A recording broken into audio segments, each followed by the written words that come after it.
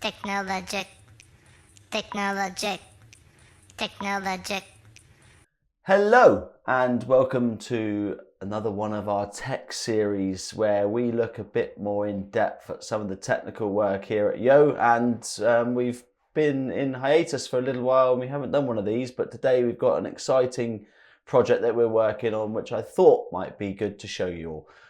So this is a 5-storey staircase down on the Lizard in Cornwall. You can see the model there. It's a cherry veneered faced staircase. We are working closely with an amazing interior designer called Born Designers, who have done a cracking job on the design of this, and it's up to us now to develop it and bring it to life. So I'm here today with Robert. Hello, Rob. Hello.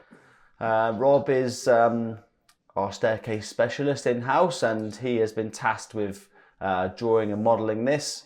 And Rob, if I can hand over to you, mate, where do you start on a project like this, buddy? With staircases, you always start with kind of the structural kind of requirements, if you like, what there is on site that the staircase we're manufacturing, will fit to. You've got to think about, your staircase regulations and making sure everything conforms.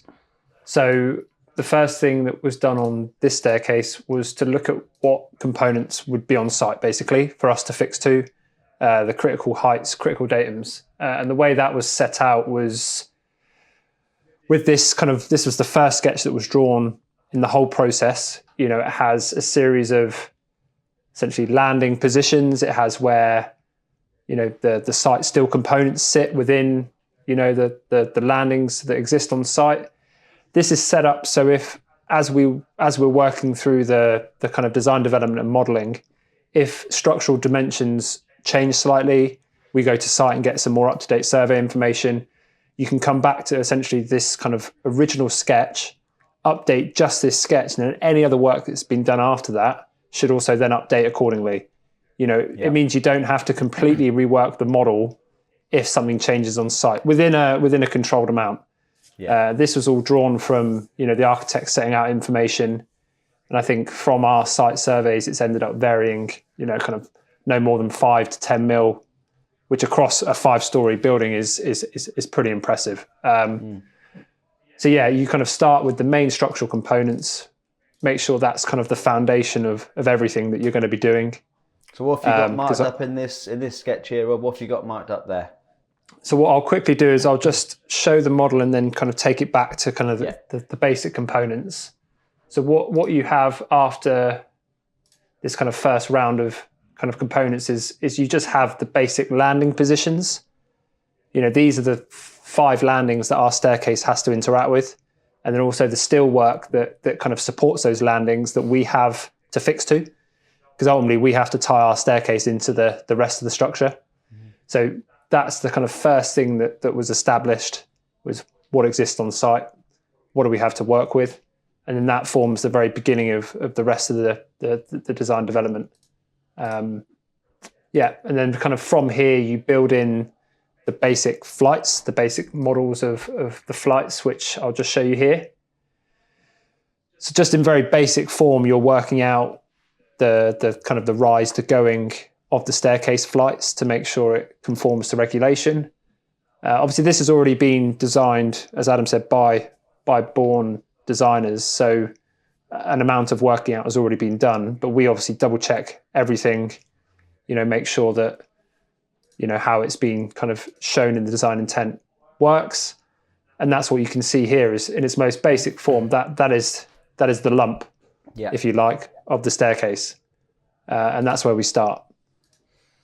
Once we're kind of satisfied that this all works and it's all kind of to regulation and there aren't any obvious issues, we start breaking it down into more detail. Yeah, I want to just jump in there, Rob. I just want to stress that our model process is built around being able to do this work ahead of time. So we did this before site was ready for us.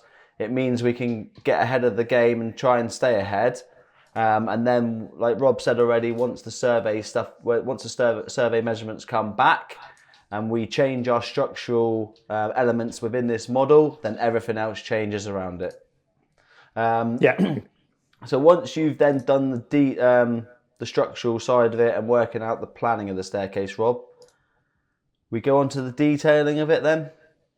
Yeah, so once you're satisfied overall it works, in its most basic form, you then look at the detailing that's been proposed, if you like, with the design detail. So I'll just roll the model forward so you can see, there are certain design features of this staircase that were put to us. What I'll do is I'll go to the assembly model because it's easier to show it.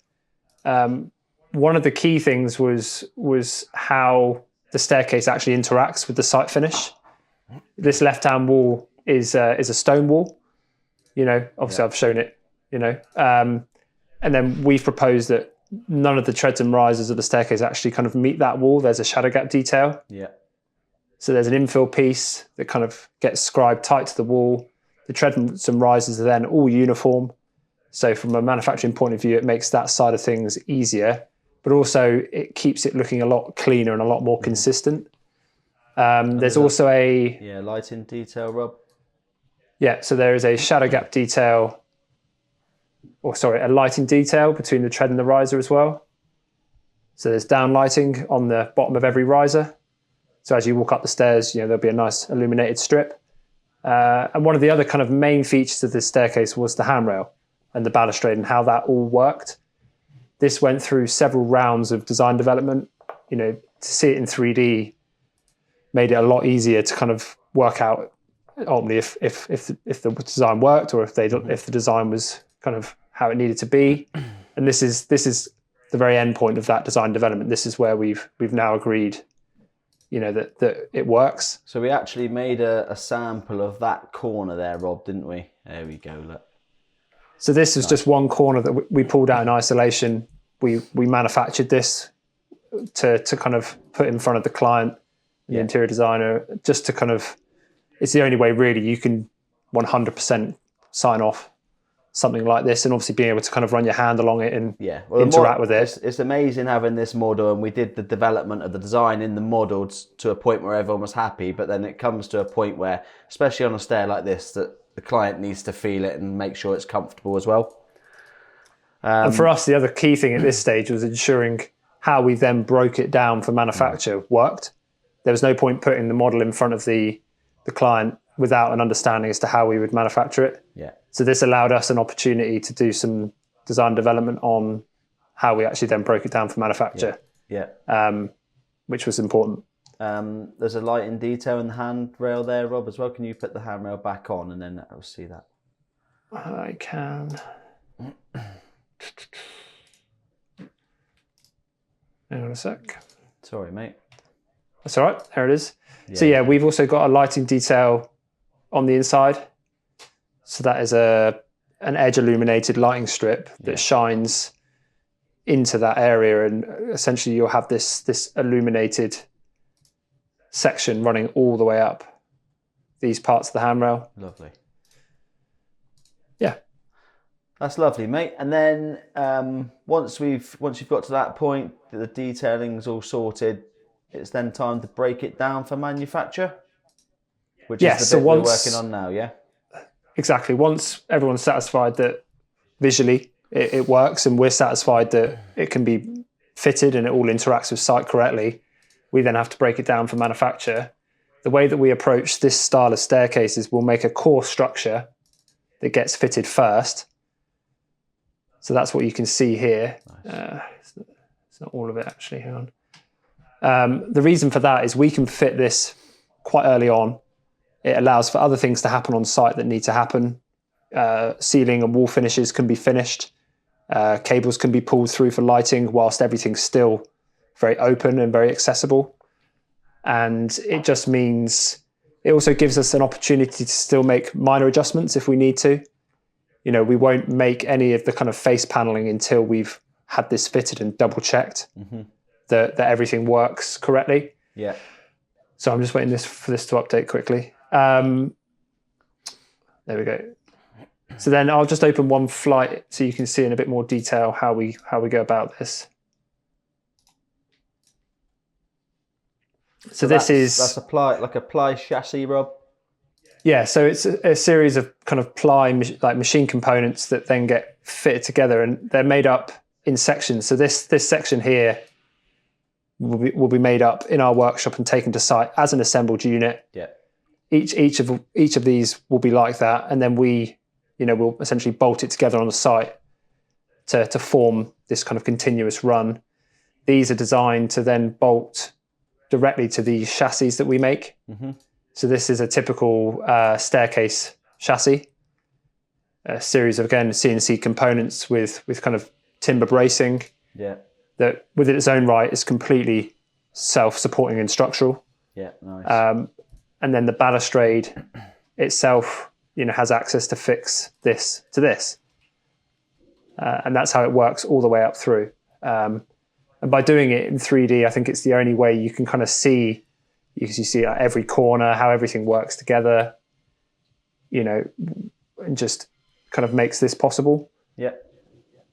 And then ultimately what we then do is we come along much later on in the install process, much nearer the end of the job, and we fit essentially a skin, a cladding over all of the stuff that we were just looking at. It's just a nice way of doing it. It means the stuff that you see isn't critical to the structure. If anything needs tweaking or adjusting on the kind of external components, the decorative bits, it's much more easily done if it's not integral to the fitting of it, the structure of it. You can just take it away, make an adjustment, bring it back. And this is how we've done several staircases, and it just makes the whole process a lot easier. And especially on this scale, to get all the detailing consistent, how things meet, how things interact with each other, doing it in this way gives you a much better opportunity to do that. That's superb, Rob. That's looking awesome. This is Rob is now getting this ready to go into the workshop, and this will be going to site over the next couple of weeks, and we will be documenting every stage of the way. So brilliant work, Rob. Thank you, mate. And thank you for watching, and see you on the next one. All the best. Technologic.